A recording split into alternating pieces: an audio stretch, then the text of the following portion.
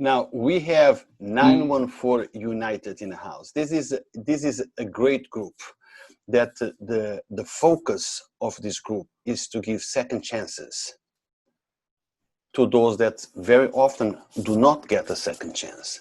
As a society, if we want to fix the problem, one way of doing it is by giving second chances to people so they can redeem, so they can be a good people to the society. We have Jonathan Alvarez is the person that started this group, 914 United. So I'm going to let him introduce himself and introduce the people that work with him. John, take the stage, please. First off, Mr. Root, thank you for having me. It's a pleasure to be here to explain who 914 United is. So I myself is the founder and executive director of 914 United. Alongside me is my brother John Cabrera, Director of Operations, and Officer Sean Berry, who's part of the advisory board. Yeah, go ahead. So John Cabrera, we are having a little issues with your camera. So introduce yourself, you know, who you are and why did you join this organization? You are muted. You are muted, John. You need. I unmuted. Okay. You hear me? We can hear you now. That's the problem with technology. Sometimes it does not work 100%. So my name is John Cabrera. I'm of operations for 914 United, as Jonathan said. I need to be a part of my brother's organization. Sometimes it does not work 100%. His vision and his passion for and formerly incarcerated. And I couldn't just stand and let him do it by himself without giving him my full support. So I joined forces with him, and we're gonna do this together. But what was the motivation? Were you also priorly incarcerated, or were you just a person that strongly believes that every man needs a second chance? What drove you to this, John? So I've never been through the incarceration process, but I did Jonathan. I know Jonathan since kindergarten. You know, the experiences that he experienced growing up, we experienced it together. So I see his walk from a youth to a young adult into. So his experiences are my experience. So. Hey, Root. Yes, I can hear you, Jonathan. Yeah. Can I explain a little bit about what inspired 914 United? I thought you just wanted me to introduce the members. No. We're just introducing the members, and then we're going to go back to you for the mission statement of 914 United. Got it. So next is Sean. Sean, you want to introduce Sean? Mr. Sean Berry, Officer Sean Berry, he is our advisory board, also supporter and sponsor. And he can explain his involvement and what inspired his involvement. Good morning, everyone. Good morning. I am a son of Yonkers. Grew up in Yonkers for a long time. Police officer in Yonkers. I started with MBK, my brother's keeper. I met Jonathan through there. Me and John worked together. We knew each other for the better part of 10 years. I am all for helping the community in any way I can. So when I saw these two young brothers doing something positive, I wanted to align myself. Actually, Dr. Casada aligned us all together. And anything to do with helping the community that I'm from, that I police, that I work for, I'm all for it. I thank for the opportunity, and I'm just happy to get busy. You know, Sean, that's a great thing, because you are one of those guys that we want more of in the police department. You are a member of the community, policing the community that you grew up in and still live in, correct? Yes, sir. That's good. So now, Jonathan, every organization has a mission statement, and they have an aim, a goal, and a planned way to get there. Tell us about your mission statement and your path. How do you hope you can get there? What is it that you need to get to your statement, to your mission? Yeah, of course. So certainly our mission statement is that we want to render services in the city of Yonkers that are not provided to the at-risk youth or the returning citizens. The services that we're focusing on will be on work preparation, and building independent life skills, entrepreneurship, even counseling. We want to render those resources to, like I said, at-risk youth or the youth in the community and the returning citizens. Our hope is that we can provide better quality, better opportunities for both young kids growing up in the marginalized communities and also those coming home seeking a second chance. Our aim is to continue reducing mass incarceration and continue providing better opportunities for those who seek a better tomorrow and those who deserve a second chance. So that's our aim. Yeah. Now, Jonathan, I understand your aim. We spoke before, but are you focused on the proaction or reaction? Meaning, do you address the youth before they actually reach the incarceration process, or your focus it's only on helping those that are leaving the incarceration? So both, right? So when you say at-risk youth, usually you're referring to individuals who can have the potential to end up in the criminal justice system, right? So we're dealing with the individuals who before the incarceration process, where we're dealing with young kids from 13 to 21. We have different workshops that I developed myself alongside a friend of mine named Malik Salahuddin, who these workshops are catered to young kids to learn, again, concepts of education, life, work, manhood training, independent life skills. We provide them counseling, emotional support groups. One we have called the You're Not Alone, Brotherhood. So yeah, we try to work with them as young kids to try to prevent them from entering the criminal justice system. And then we also working with the young kids or young adult men or grown adult men who are returning home from the criminal justice system. So in terms, it's proactionary in two senses, right? It's proactive in two senses. One is that we want to try to get them early on to try to prevent them from going inside the system, but also individuals returning home. I myself am thinking of a program to actually use to implement inside the prisons before guys are released, and then also providing resources so when they are returning home, which is a crucial. It's instrumental in reintegration into society. I know that for personally because of my personal experiences. As I told you before, I served a long time of incarceration, so I identify with both groups, and this is what inspired the 914 United movement. Is the fact that I was that at-risk youth who went into the criminal justice system at 17 years old. And I was a 30-year-old, returning citizen, home, looking for the proper support to seek for a better tomorrow or create a better opportunity for myself. But unfortunately, in the city of Yonkers, and this is the one thing that I want to bring to the forefront, is that we need to understand that in the city of Yonkers, the resources allocated to the returning citizens and to at-risk youth are not there. They shut down a lot of community centers. There's not a lot of programs to provided for returning citizens who need to, one, satisfy parole conditions and or to start building the process for a better tomorrow. And what I mean by that is simply by teaching people how to, apply for DSS, teaching people how to write a resume, build the cover letter, right? So a lot of these programs are in the city, New York City, right? So they're not in the Lower Westchester region or primarily in the city of Yonkers. There are some programs, but they're not catered toward these demographics in the way that these two populations in the way that I want to cater to them. So our mission is to be proactive in the sense that we get them while they're returning home and also before in hopes that they don't end up in the criminal justice system. Now, Officer Barry, you see people before they actually enter the judicial system, and you see them after, because you engage with the community in many instances in different situations. When you talk to the young folks, in your own words, what do you think is the problem that they get involved in things that they shouldn't? I think the problem is it's a lack of mentorship, which we're trying to change.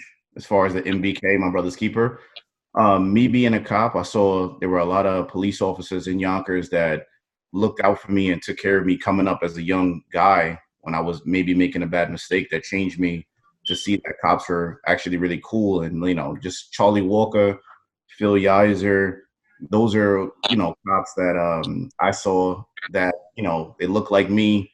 They, they dress like me. They were positive figures, role models. And I know, I probably wouldn't have took this job if it was them. So I'm just trying to follow in their footsteps and give back what they gave me. I think a lot of the kids now, social media, it's cool to be bad and there isn't a lot of resources, but I think the city is trying more than a lot of other cities. I just think we all actively need to put our hands in and try to do something. If we each reach one kid, we could probably change the demographic of what's going on. So being a role model, it's extremely important because in a way, that's what helped you conduct your life from young man to adulthood properly, away from problems. So the proactive, it's extremely important, what Jonathan was just saying. Now, what about you, John Cabrera? You are the operations director in a way. What does that actually mean? Are you responsible for creating the programs, you and your team members, to make sure that those programs are implemented in a way that the community benefit from it? Tell us exactly what you do. So part of what you said is part of my role and responsibility as the director of operations is to oversee day-to-day operation once we're fully rolled, right? So like Jonathan said, he has various programs that he gets alongside of his other, and my job will be to facilitate and see programs actually reach the community and people are aware when we actually roll these programs out that we are available to them on a day-to-day or per schedule. Unfortunately, we are having a little problem with your sound. Probably your internet connection is not that strong. You're breaking out, but I hope that we just lost your video. So we hope that people can make up what you're saying. Jonathan, do you want to say anything to continue? So like, all right, a lot of what, so he's demonstrated the director of operations. So let me just be clear, right? We haven't been able to launch yet due to the COVID-19. The only work that we all three been doing was before COVID-19 was have gone into schools and done speaking engagements and some workshops with the young kids on behalf of MBK, right? So we already was building this bridge as MBK members working with the young kids, right? Two, during COVID-19, we still hosting virtual meetings with MBK, working with the kids, mentoring. All three of us have mentees. And the third part is that the role as director of operations actually came more into light with him spearheading or equally spearheading with me the COVID-19 support relief work that we've done in the community for the last month and a half. So what that means is that, you know, he'll coordinate all the donations. He'll help me fundraise. The outreach work that we've done for the homeless and, you know, for all the work that we've done. He spearheaded all of that, working with restaurants, local businesses, local practices, getting the head count. So when it comes to any operation, whether it's a workshop, whether it's an outreach, he spearheads and oversees the facilitation process, right? So I don't want to create a confusion as if like we already have programs up and running, because we don't. We're actually we're the new kid on the block, right? You know, we essentially are officially going to be 501c3 now, right? We have the paperwork and everything in. But the idea and the program has been developing for the last 3-4 months, and COVID-19 put our primary mission to a stop, right? So what we did was, in light of our company model, or what we represent as an organization, is you're not alone. And we brought that spirit to the community during the COVID-19 work by coming together, using our manpower and social capital to basically help the essential workers, to let them know that they're not alone during this difficult time. Now we also gearing lanes towards the homeless and family shelters. Now we're providing PPE. So our mission statement, our primary mission statement, has been put on hold, in essence, for the fact that we can't host a workshop in a classroom setting. So we also filled the area of need, all three of us. Our biggest success was feeding over 250 people about 2-3 weeks ago in Getty Square. We fed the homeless and the community in general. In that day, John Cabrera made a lot of that possible, in terms of just the coordination process that goes into that, overseeing how the food's distributed, the idea, the agenda of the day. Of course, you know, we both were equally spearheading, but that was his role. So once we up and running, he'll be managing the workshops. No, you know, thank you for the clarification. You know, I didn't mean to say that the program is running, but a lot of things start happening long before we can actually see the programs. There is routes that you need to put in. There is network that you need to put in place. There is connections that you need to do. There is legal work that needs to be done. Because lots of people, sometimes they see the end result, but they don't see what's behind that, the work that it involves to get. But your mission statement still is the same. You are just on pause because of the current situation. We had the COVID-19, now we have the racial tension, but your principles and your mission statement continues to be the same. That's your end goal. You know, once in a while we find stones in the middle of the road and we have to go around it, you know, and get back on the road. But your statement and your mission statement, yours and you know, and your team, it's something to be applauded. But we need to talk about those things. What's the end goal? And what we need, because society sometimes is very quickly to criticize, but we fail to realize that we as society can change things. Like lots of folks go to jail, they come out, they re-enter the jail system, not because they want to be criminals, but because they have a lack of support. They cannot find a job. They have difficulties in, you know, integrating in society, and they feel there is nothing else for them to do but go back to the reason why they went in on the first place. Your organization and your team members' goal is to avoid that. Give them another option, another alternative. Teach them that, yes, you can be successful. Am I wrong, Sean? If that's the goal? That is a goal, yes. That is the goal. So Can I, what? real- Yes, go ahead, Jonathan.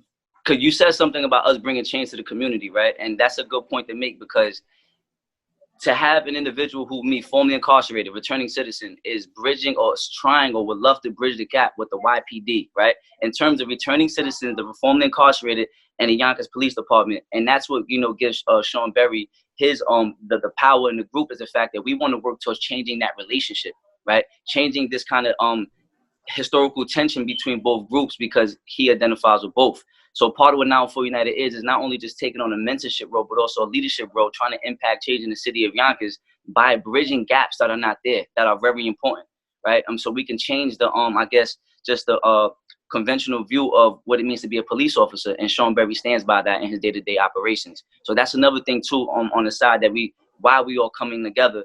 And John's mic, I'm not sure if he could come in on this, but you asked the question earlier, like what made him get involved. I know John Cabrera since we was in kindergarten. This is a friendship that's over 20 years.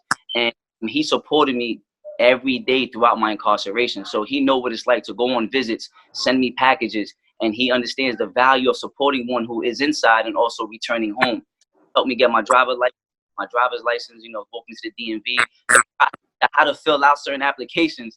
He can tell you, like, he literally was a big support. So his motivation is the fact that he walks alongside me during my. You know, Jonathan, that is an American saying, the proof is in the pudding. And I guess we see you and the proof is in the pudding. You became successful. But we also need to change mindsets of another group. Okay, and you guys can correct me if you think you should. We need to change the mindset of the community itself. Community needs to give us, or give those guys, a second chance. They shouldn't be closing the doors. Okay, you did something wrong maybe 10, 20, 30 years, 40 years ago, whatever.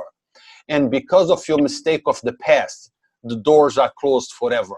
We need to reintegrate those guys into the society and give them a chance. Now, Jonathan, or any one of you, if somebody in the community wants to get involved, if somebody wants to make a donation to you guys to help, because not everyone can help in the same way. Some folks might be able to go and walk the streets and go into workshops when they come and help. But other people might say, look, I cannot do that because of my life, but I would like to help in any way, on some way. Maybe I want to donate some funds, because I know that no matter what it is your goal, funds are always necessary to keep the dream going and to conclude that dream. Do you have plans? How can somebody help out? So again, we're still underway, right? So our website is being developed, our link is being developed. Currently, so in terms of our primary mission, no, we don't have an open door yet in terms of receiving funds on that behalf. Our current mission, which is still in progress, like we have a donation tomorrow in Mount Vernon. We have a GoFundMe page set up. We have a fiscal sponsor, which is by the name of the Power Lab organization under the CGDCNY. They will receive large grants on our behalf, but the GoFundMe, in terms of the small ask that we have asked for on behalf of the current mission, which is catering to those in need, like the essential workers in the homeless community, we have a GoFundMe page set up at the moment. Unfortunately, like I said, we're still underway. We're building the website so we can have an official link. When the paperwork gets back from the federal government and we officially 501c3, we will open up an IRS account, and then that will be our link that we can give out to the public. So I'm kind of like, it's okay with receiving funds on behalf of our primary mission, but our current mission, we have an open door to that, which is our GoFundMe page. It's now at COVID-19 relief. Okay, so you accepting funds regardless, because creating that web page, paying for that hosting, you guys moving around, everything costs money. Okay, nothing is free nowadays. Everything costs money.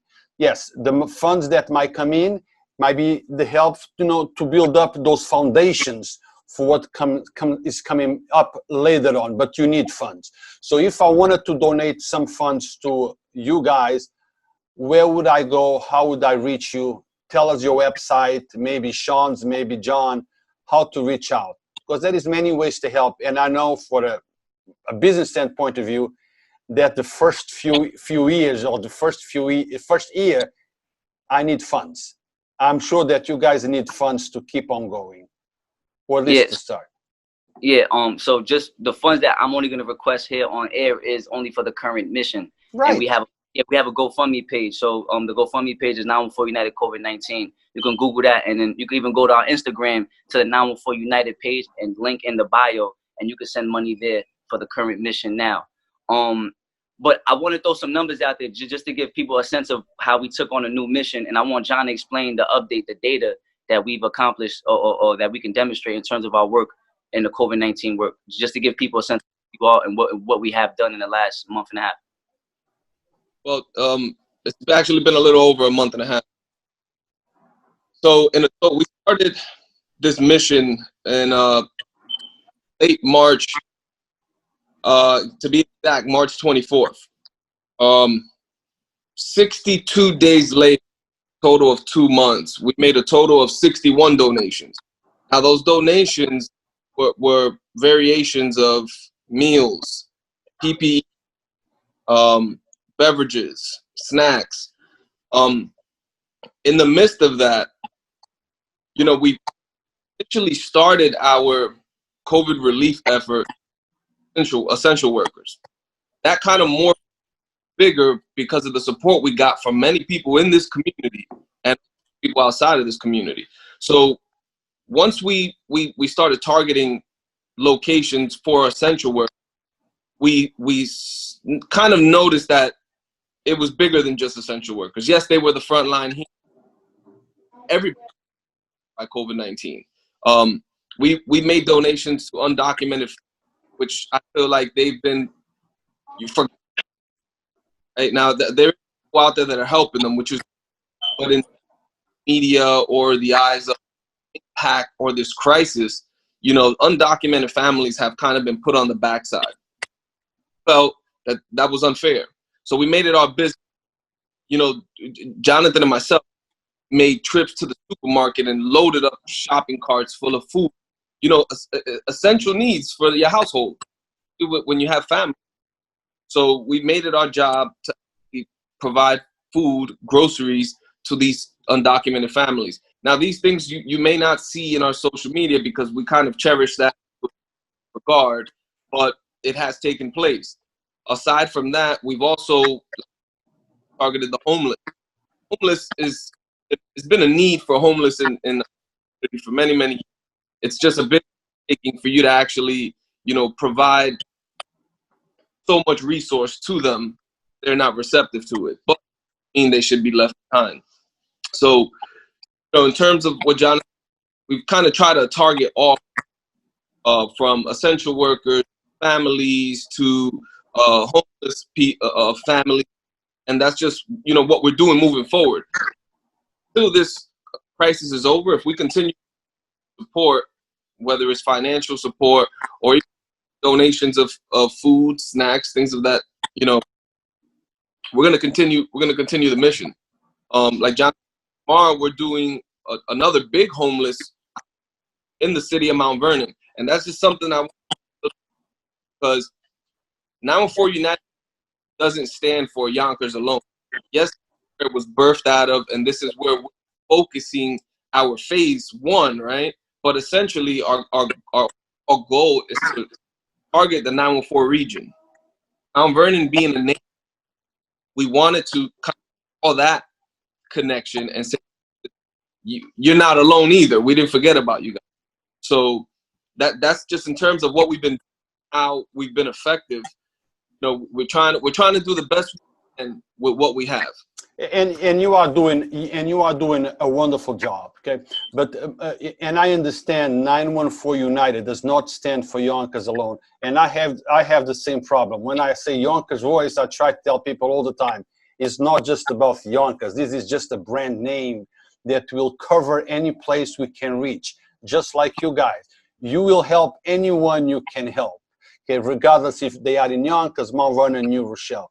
And the reason why I was focused on the help, because I strongly feel and believe that help can come in many ways. Perhaps you are not ready yet to accept financial funds because, you know, of whatever paperwork that is not completed yet.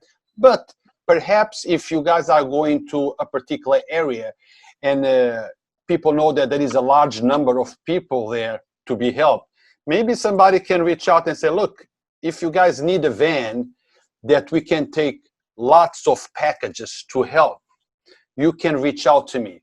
Or maybe a restaurant might say, look, I can cook for 50 people. I would like to contribute in that way. So I'm just putting out there to let people know that if they want to help, they can contact you and say, listen, this is how I can help. Is this good for you? And then your team can say, yes, we can use that help, or no, not at this time. Then you make the determination. My point is letting people know that you guys exist. Let the people know that what you guys are doing. Let people know what is your goal to do. But because of what's going on, you're adapting to the current situation and doing whatever you can do to help your community in this moment. Because this is the need right now. So, and in the future, other crises will come up that chances are you will have to adapt to those crises when they come up. But you will still maintain the root cause of why you started 914 United. Yeah, Ru. So I give them 3 links. One is the GoFundMe page I mentioned, which is the 914 United COVID-19 relief. My Instagram, the Instagram 914 United, there's a contact on there, and there's a link on there that they can also send money to. On Facebook, there's a 914 United page and a Jonathan Alvarez page. The information on there to contact us for funding is also on there as well. So 914 United for Instagram, Jonathan Alvarez for Facebook. I got to turn over the name, and then the GoFundMe page 914 United COVID-19 relief. The link is in the 914 United Instagram bio and also on on Facebook. So they can always hit that link and try to contact us. Right. If help donate, whatever. Like at the moment, we taking anything from water, clothes, food, money primarily, because we try to allocate it with different targets that we have in mind. Because as long as we have a need in the community during COVID-19, we're going to continue addressing that need. And then, you know, the hope is that we establish a image with the community so that at a time when we seek a bigger funding, they know who we are. Because again, we taking on leadership roles, mentorship. You know, Sean Berry could tell you the things that we've been doing before COVID-19, which I want to highlight all the time. We've gone to about 7 schools, elementary, middle, and high school, speaking to groups of kids on behalf of MBK. So Dr. Casada, salute to him for getting us involved. That's how me and Sean Berry actually met. We was at Lincoln High School, the very school that I got expelled from. I returned back with Dr. Casada, who was my principal at the time, who expelled me, to tell my story to these young kids about my life before, during, and after incarceration. Sean Berry and his great spill is about what it means to be a cop and how he became a cop, and as a Black Yonkers native, is very powerful as well. And then John Cabrera as well, who's our supporter, he's there. So, you know, we traveled around the schools before COVID-19, getting our name out there. So now this is another way for the community to know who we are, and hopefully, afterwards, they sure will know. So as you guys know, we are live and we have people making comments. John, I'll give you a second. Let me finish this. We have a comment here from Melissa Montalvo. This is what she says. I am blessed to have had Jonathan work personally with my 15-year-old son. He is able to reach my son when I felt I couldn't. My son opened his mind to consume the knowledge that Jonathan spoke. Jonathan is relatable, reliable, and impressionable. Well, I'm sorry about my English, guys. Sometimes I have difficulty with certain words. So in other words, Melissa is very proud and happy of having Jonathan involved in the life of her son and able to communicate her son. And Melissa, that was a great reminder for me, because outside of the work that we did in the school, parents have requested me to come speak to their young, to share my story with their kids, whether they are considered at risk, meaning that they have the potential going into the incarceration system. They'll call on to me to sit down with them and have one-on-one meetings. And in those meetings, I give it to them raw. I'm honest. She used the word relatable. That's key terms, because there's always a lot of these organizations are being ran by, elites. A lot of the cases on people who don't come from actual ghettos. So the fact that I have what they call the cultural capital, the street knowledge, and I can be professional, I bring that together and I have the impression on the young kid, right? Telling them, look, I was once you before, but look at me now. You give it to them raw, but also in an educational sense, it resonates differently than, an individual who can't relate to them. So I salute the Melissa for that, man. I thank her for Jonathan, there is two types of advices. There is the type of advice from somebody who got his experience from a book, from a show, from a documentary. And there is the other type of advice that comes from a person who lived it, who experienced it, who can say, listen, I sweat blood. This is what's going to happen if you do this, and this. Sometimes that raw and crude and compassionate at the same time advice can change a life of a young kid. And if you save one life, it was all worth it. Let's talk with John. John wanted to say something. John, I hope you didn't forget. So please. I wanted to mention something that I think is when it comes to, right, 914 United per se, just what we've done now for the court. We focused on utilizing the funds that we received to support local businesses, and that's something that's very important, is taking care of the businesses that are all businesses in the community. So throughout all the donations we've made, we supported many local restaurants, and they've also partnered. So that's very touching to me, because not only did they make themselves available during the crisis to support our mission, they also contributed to our mission. So I just wanted to, set that tone that it's very important to support local businesses, because the truth is a crisis could hit today and those businesses could get washed away. Now, Officer Barry, I'm not asking you too many questions, because I know that you are in a different position. You have an official capacity, but you are also a person of the community.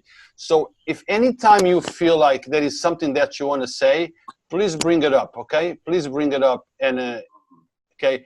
Now we have a comment here from our councilwoman, Shanae Williams. Proud of 914 United and the good work that they've been doing in the community. Well done.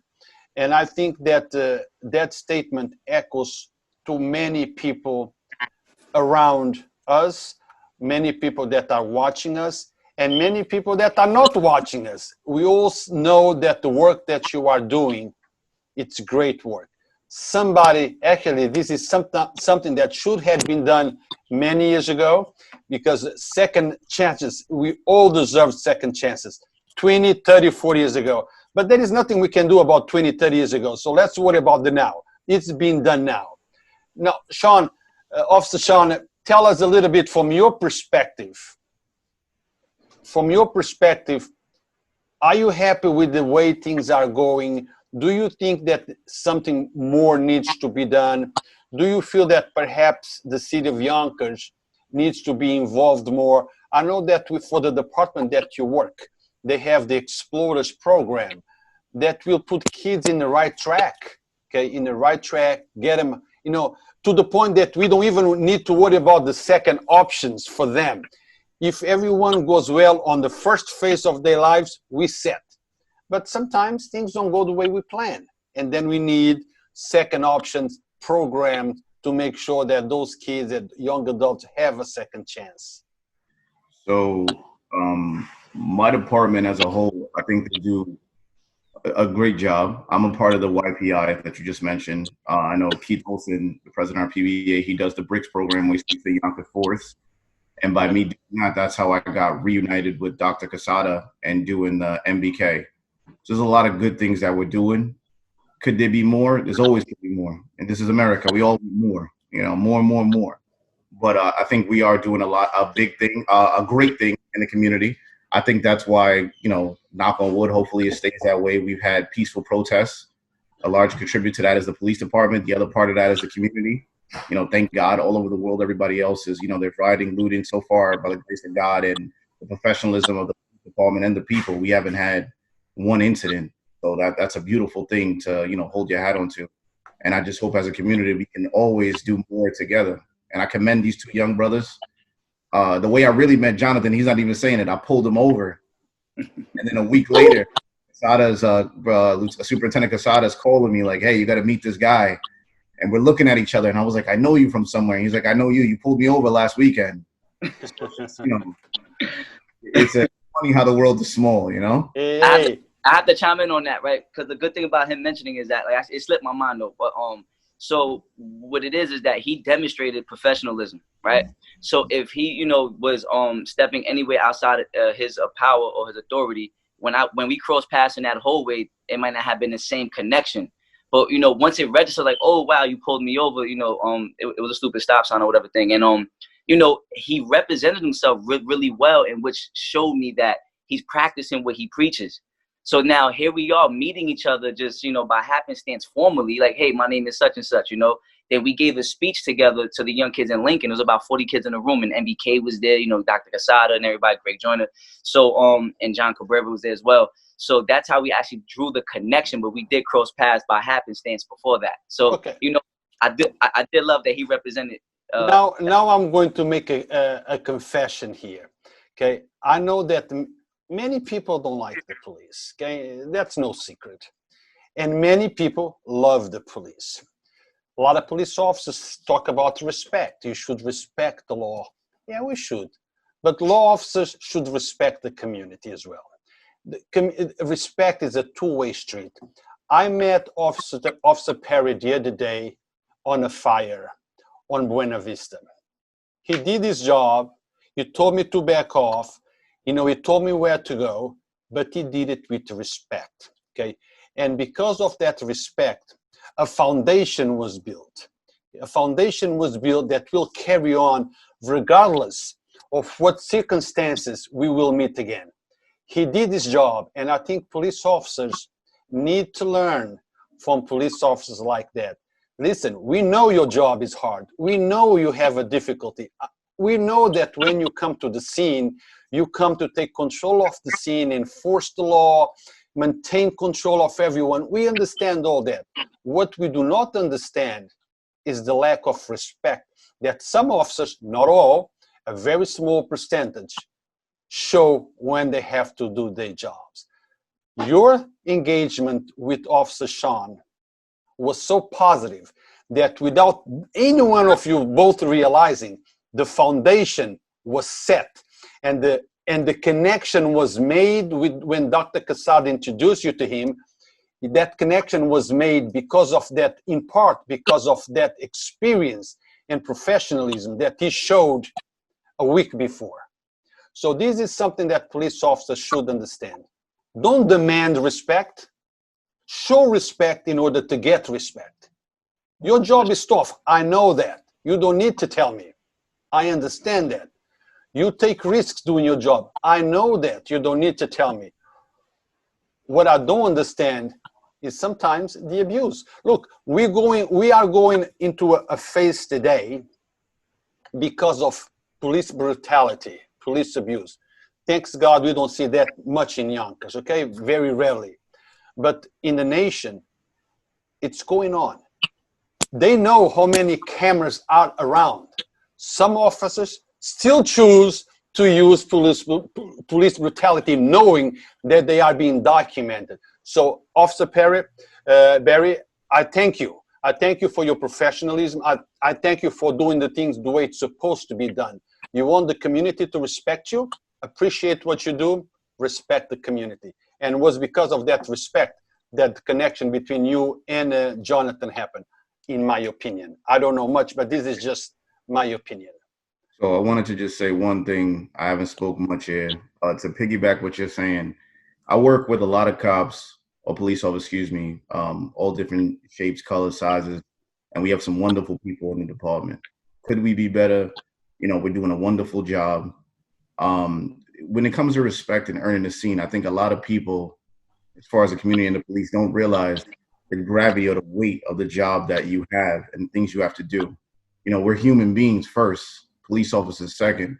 We should come with respect, but respect also has to be given. And this, I really came here to say, in this climate of the world, we all need love and compassion for each other. So that's the only way we're going to move forward as a community and as a people. Without love, we go nowhere. Well, and disrespect either way is a negative. I agree. Well, you know, I don't want to go too far from what we're here for. Okay. Exactly. So go ahead. Yeah, we could go in a conversation that takes 4 hours. You know, I have spoken to your commissioner many times, and he always talks about respect. He always talks about officers should execute their job just like they would like somebody to do to their own family. So the commissioner is right on. Okay. It's a fact. So my only thing is, do the officers on the street hear what the commission is saying? But that's a conversation for another topic. We can set one of those. Okay. So go ahead, Jonathan. Oh, no. I was just saying that that's exactly what I wanted to say, was that you know, what Officer Sean Berry is saying is what, so it's like we're both speaking for communities that are easily criticized. I'm speaking on behalf of returning citizens. He's speaking on behalf of the YPD.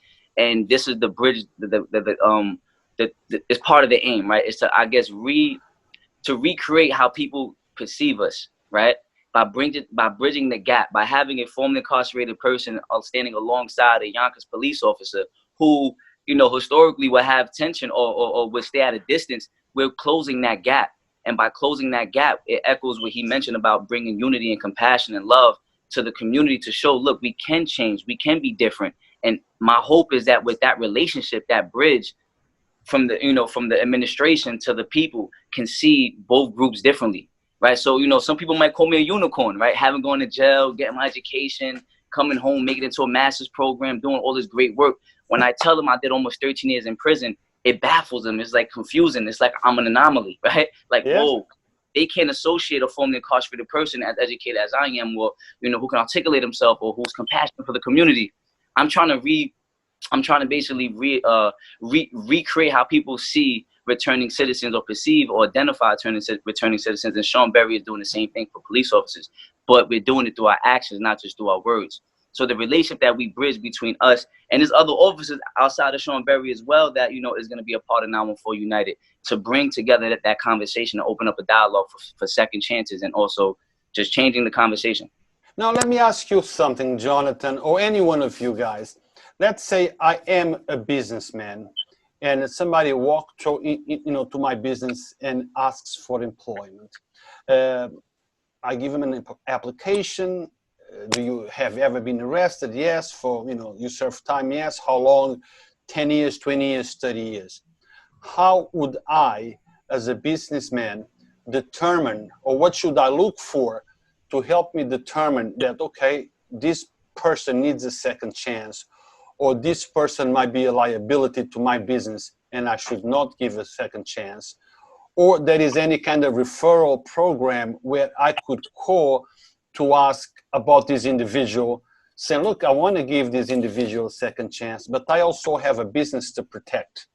Do you guys know anything about him that you can help me make that determination? So it's a good question, right? Because part of what the organization is going to do is create that relationship between 914 United and local practices. So part of the re-entry services that we're doing is the workforce preparation, right? It's helping individuals, you know, who don't know or who does know, but we could take their resumes, we can modify their resumes, teach them how to do cover letters. We want to do mock interviews, right? But in that process, we're also reaching out to local practices to, you know, create that bridge of, look, you know, we have an individual looking for work. So part of the work we're doing is advocacy work, is by drawing connections to local communities, so that when this guy comes knocking on their door asking for a job, it's not like he's coming by himself. He's coming with the support of the organization, who has the cultural and professional legitimacy to stamp this individual as qualified for the position that he's applying for. So there's an overseeing process that I want to get involved in that I didn't have myself, to say, hey, you know, this guy's qualified, judging based on his merits and his interview and the way he presents himself, not based on the crime that he committed 14 years ago, right? So to me, a business owner has, granted, it's a capitalist society. We understand that money's first, right? Money's the motive. So they want to see what's going to make the most bang for their buck. So they only see an individual as a number in most parts or some cases. However, the individual's human, seeking a way to build his experiences, give the individual a chance. And honestly, when it comes to the local business owner who's applying, who's supplying a job, my hope is that they're open-minded enough. So when I reach out, when our organization reaches out to certain companies or local practices in the city of Yonkers, my thing is creating that open door to give the individual a fair chance. And then we'll help them prepare for that fair chance. And then hopefully, you know, the individual can get hired. Like I mentioned last time, I'm mentioning it again. I myself is having difficulty securing full-time work in my field of interest, which is mentoring youth, because of my criminal history. The Justice Department, the Justice Center, the Criminal Background Check Unit unjustly denied me full-time access to a full-time job at the Children's Village because of my crime, which I'm taking judicial action against them, and I'm gonna have a great argument. I have legal validity in many ways, but I'm also a victim of discrimination, which they violated Law Article 23A. Can't prohibit unfair discrimination against, it prohibits unfair discrimination against people with criminal offenses. I myself am suffering that. I'm taking on this battle with full force. I have a beautiful support system to take on this battle. And you know, it just was gonna be. So I know what that's like, and I want to prevent that from happening from an individual who may not have the same family and moral or emotional support like I have to keep me grounded. I want to prevent the individual who doesn't have that from letting that deter them and then taking on the wrong path.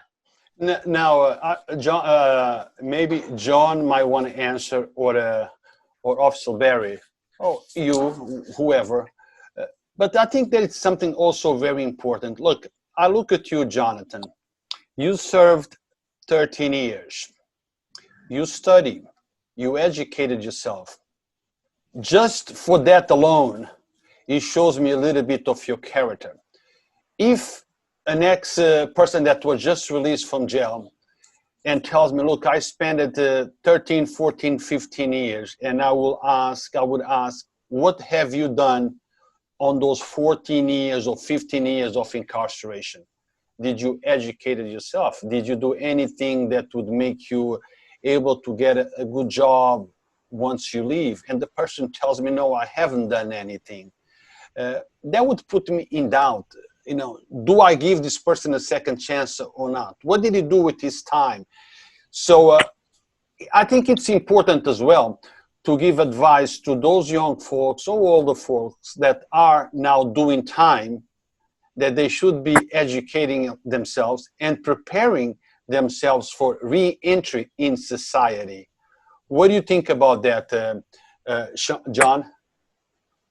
So with the experience that I have through Jonathan and various other people that I know that have been through the system, not every individual that goes to jail or prison has access to the same resource, right? Jonathan had an opportunity to get his education, not just self-educate himself, but actually get his education in the prison system. That's something that I truly believe is there's a lack there in the prison system. Not every prison offers that. So when you speak in regards to someone, like the example you made, returning back to society after, let's say, a 15-year sentence, and let's say they do tell you, you know, I didn't have a school where I was at. I couldn't go to an associate's or a bachelor's program. I read books here, myself occupied work. Or let's say they did nothing, right? let's say that in the system, the challenges that he faced, that this particular individual, whether it's a he or a she, right? The challenges that they faced didn't help them sort of grow out of that circumstance that they're in. Them coming back into the society, it's a great opportunity for us to be that resource, right? But you have to be willing, right? Because you can't just say, yo, that's something for me, and we can't kind of draw the from you, the individual. So I think I offering them, saying, listen, we're willing to work with you, we're willing to teach you, we're willing to refer you to certain areas that may benefit you.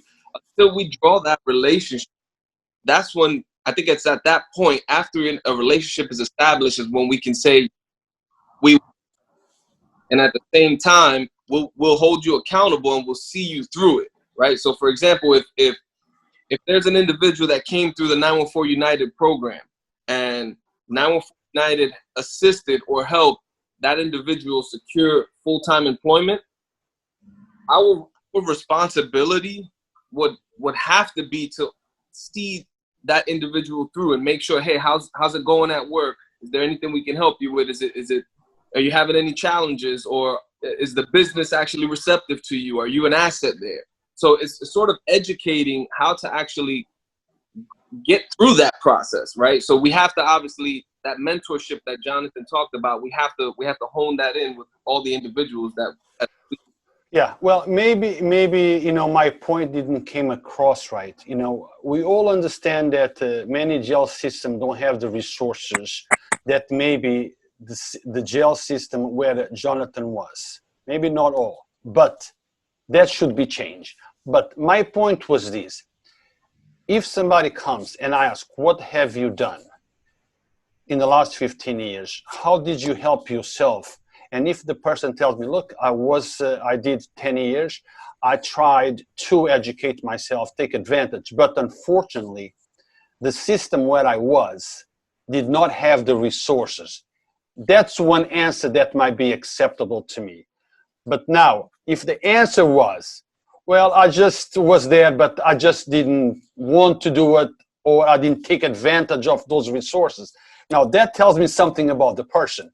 So my question was more like to point out that if you are doing time, look into the resources of whatever place you are in. If those resources are available for you to educate yourself, maybe not a bachelor's, but maybe you can become an electrician, a plumber, or whatever. Okay, if those resources are available, take advantage of that resource, because that will help you once you are released. That will show the society that you are trying to better yourself. If I'm a business and you tell me that you spent 10 years in jail, but of those 10 years you spend 9 trying to better yourself, get an education, that speaks a lot of your character. I might be more willing to give that person a second chance than to a person who tells me, yeah, we had the resources, but I really didn't want to dedicate myself to training. You understand what I'm saying, John? I definitely understand what you're saying. I because of experiences, right? From my perspective, I look at it from a broader scale, right? Stories from other individuals, and even more so from Jonathan. And the truth is, once you enter the prison system, whether you have resources available to you, it still bubbles down to one main thing: it's survival. You have to survive in what they call the dog-eat-dog world, right? You have to apply yourself, of course, and seek that resource if it's available. But at the same time, the biggest challenge you're facing is that you have to survive through that. So Jonathan survived. Jonathan survived. I'm not saying survive it. I'm not saying you can't survive it. What I'm saying is that, the way you mentioned it was that if an individual with 9 years out of the 10 they served, then whether it's a trade, whether it's an education, or whether you self-educated yourself by reading, reading books or reading material that actually was self-help to you, right? Those are all great things. But at the same time, you know, those resources may be there, may not be there. So we just have to be mindful of that, because not everyone that comes out of I got you. I got you, John. But my point, it's simple. Look, if I did time and I come out, it's on me. It's on me to prove to prospect employer, to show the society that I am a different man. Society is not going to take me open hands. Come, I'm going to give. I have to prove it to my, to them. It's going to, yeah, it's going to be. So it's on me to sell. Okay, I'm not saying that everyone's going to have those resources. Everyone's going to be able to do it. But it's on me to show that I'm a different man, that I deserve that chance. So I think we need to find reasons to, ways of motivating. Listen, if you can, educate yourself, if you can take advantage of trainings, if you can, then do it. Because if you do those things, things will be hard when you are released, but you will be much harder if you don't take those qualifications. Just look at Jonathan. Jonathan graduated, Jonathan got an education, and even though it's difficult, a job was rejected and he had the qualifications. Now imagine if he didn't have the qualifications. So I'm not trying to be a pain. I'm just trying to say, look, let's do everything that we can to be reinstated. Let's not give reasons for the society not to give us a second chance. We need to give them a reason to say, okay, he deserves a second chance. He made a mistake. No one is justifying. I spoke with Jonathan. Jonathan not once tried to justify his mistake. But Jonathan showed that he's a different person now and deserves a second chance. Go ahead, Jonathan.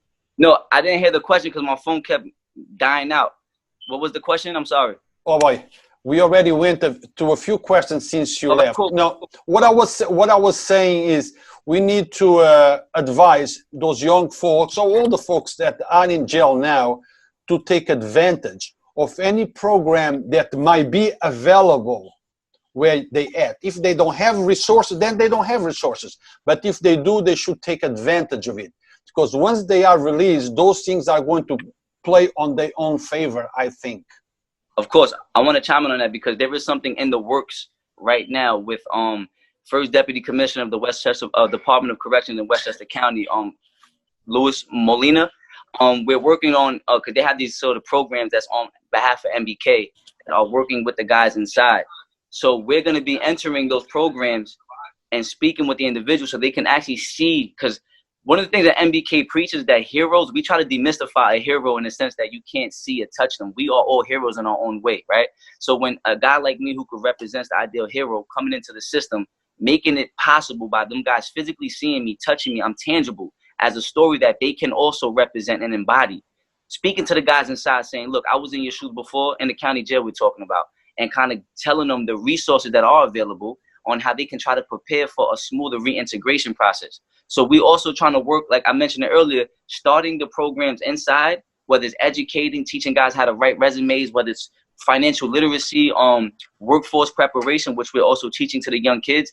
Teaching that to the guys inside is a way of hoping to grab the attention, make the appeal so that they can prepare so that when they come home, they have some qualifications, even if it's not a degree. So I couldn't speak on it earlier because my phone died out, but Bar Prison Initiative is where I graduated from, right? The part of the mission statement for the organization, it's a privately funded liberal arts college program that awards or provides a free education to the individuals incarcerated. It's a real sophisticated system, right? They have a whole re-entry program and everything. But their mission statement is to create greater access to education for the guys inside, right? So there's a large population in prison, probably 40,000 people in docks, right? But this program's only in 6 facilities and they can only take in 15 people at a time. In some cases every year or every other year. Every time people administer for a college education like this prestige college, which costs $258,000 for a 4-year degree, which I got for free, there's about 250 people, almost 300 people applying for the exam, but only 15 to 17 people can make it in every year or every other year. So it's like if we create greater access to higher education, you'll see a bigger result. You see more of me's. I won't be such an anomaly or a unicorn in the city of Yonkers, right? I want to so that's part of what we want to show too, as well as is showing the need of reaching to the guys inside to prepare them to come home, so that they don't have that problem with, oh, I wasn't ready, or I wasn't I didn't have the resources. Because the truth is this: yes, prison is a dark world. There's a lot of things happen. It's very oppressive. But the analogy I like to use is that you ever like not been hungry, but you walk past a pastry store and you see the pastry, like, oh, I want that, right? You're sort of eating with your eyes, they say. That same analogy is applied to the guys in prison who learns it's an education, a free college program. They hear of it and now they want it because it's available, it's in front of them, right? So the goal is to create that exposure so that we can create that appeal and prepare those guys to come home so that they don't have that argument to make, because they saw the college program, they applied for it. And then there's guys like me still inside the prisons that are role models, that are mentoring guys in there that who were old school gangsters, who were tough, who have swag, who has appeal, that the guys who don't want education start to want education. Part of what made me get into the program because there were some old school gangsters that made education look cool. So now that kind of changed my wheels of wanting to be smarter and become knowledgeable about the world around me. But these guys were the mentors, the leaders who I followed. And, you know, so it's a complicated process, but at least we could start with creating the programs inside, more programs, more access to higher education inside, and then working them way through. So when they come home, you know, they have a program like 914 United to walk them through. And another element that we're bringing to the table that I needed myself, this is why I launched this and I organized a group called the You're Not Alone Brotherhood, is emotional support. Because even the guy who comes home with 2 kids and gets a job successfully through the program is going to encounter difficulties. For example, socially, coming into the workforce, right?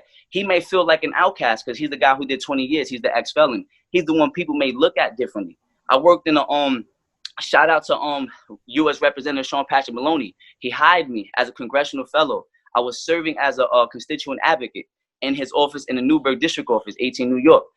There was experiences that I felt, thank God I was welcomed overall, but as an ex-felon, I myself felt a little outcasted just because of my experiences of having come where I come from.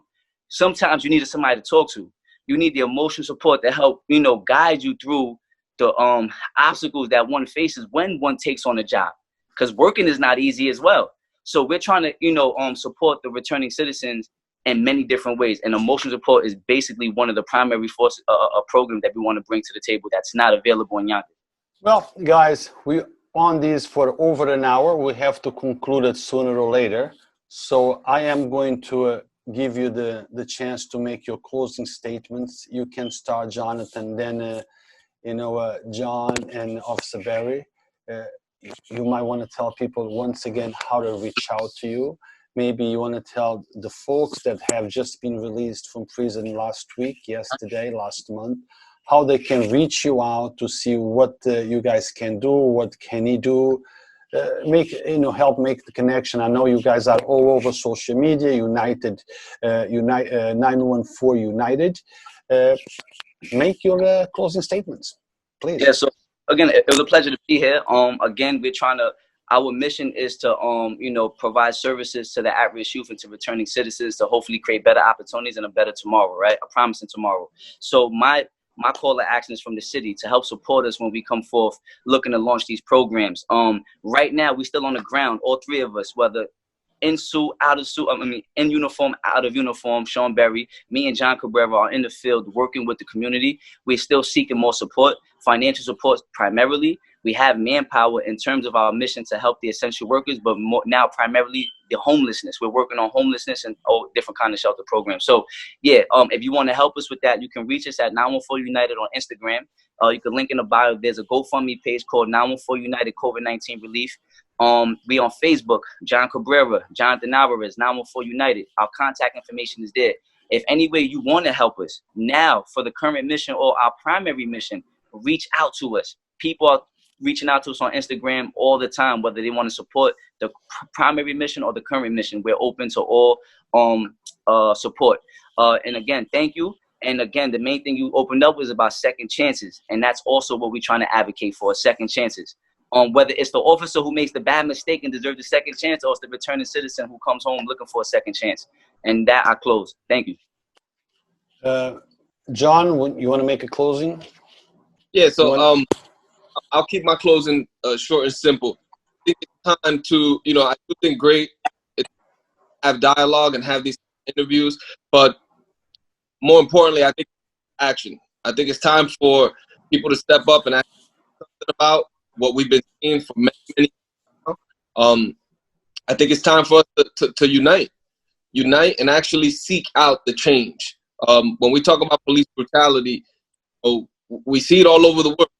See it all over the world, and I, just as their role is to uphold the law, we have to enforce the law on them too, right? Professionally, we have to learn to work together with them and actually face these difficult times together and seek the proper change. So my closing statement is that it's time to go to work. It's time for action. Officer Barry. Thank you for the opportunity to be heard. I just want to say to the youth that I've been seeing out there protesting, doing stuff, it's very inspiring that our city has some remarkable young adults that are way ahead of what I was coming up. And I just wish it could stay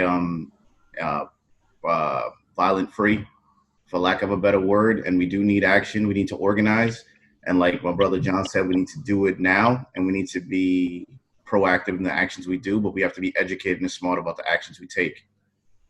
We're all in this fight together. Hopefully we can all make some positive reinforcements in this city and make this city something to be admired. Thank you guys for the time. I gotta go. Okay. Well, thank you, gentlemen, for participating in this. But let me just take this opportunity to tell my audience a little bit about Yonkers Voice and who we are. Yonkers Voice is here not to take sides. We are not on this side. We are not on that side. We are in the middle. We're trying to be the bridge that connect. We're trying to be the platform where people like Jonathan, John Cabrera, and others can come in and talk or articulate about the things that they see important. We are a platform for communication. We are a platform where you can be heard. I am not Yonkers, the voice of Yonkers. We are the voice of Yonkers. This is a place where we can all come and speak. Sometimes people like what I do. Sometimes people don't like what I do. I'm sure there is a whole bunch of people that might not like what you do, John, or Jonathan, but there is a whole bunch of people that do. I am one of those that do. So that is life, okay? We should all understand our jobs, what we are here, what is our mission statement. I have a mission statement, no different than you have a mission statement. And my mission statement is to give the community a platform where they can come and talk about the things that they are concerned. My mission statement was never to take sides. My mission statement was never to help this one or that one. My mission statement is this is where you can come and hear what goes on in our city in a raw and pure format.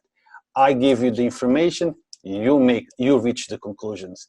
Thank you, gentlemen, and until next time. And Jonathan, as I told you on the phone, we here. Anytime you think I can be of assistance to you, to your team, to let people know what you've been doing, about the great work that you've been doing, reach out. I'm only a phone away. Okay. Sometimes you don't like my tone of voice, but listen, brother, that's just my tone of voice. I don't, I don't mean anything behind it. That's just the way I speak, But in my heart, I'm with you, okay? I think you guys are doing something wonderful, and I wish there were more people like you, because I strongly believe that every man deserves a second chance. You should not get a life sentence because of something stupid or something that you did years ago. You might be today a totally different man than the man that went in 10, 12, whatever years ago. Salute. Thank you. Okay, guys, be good, stay safe, and I'll talk to you soon, okay? Take care, guys. Likewise.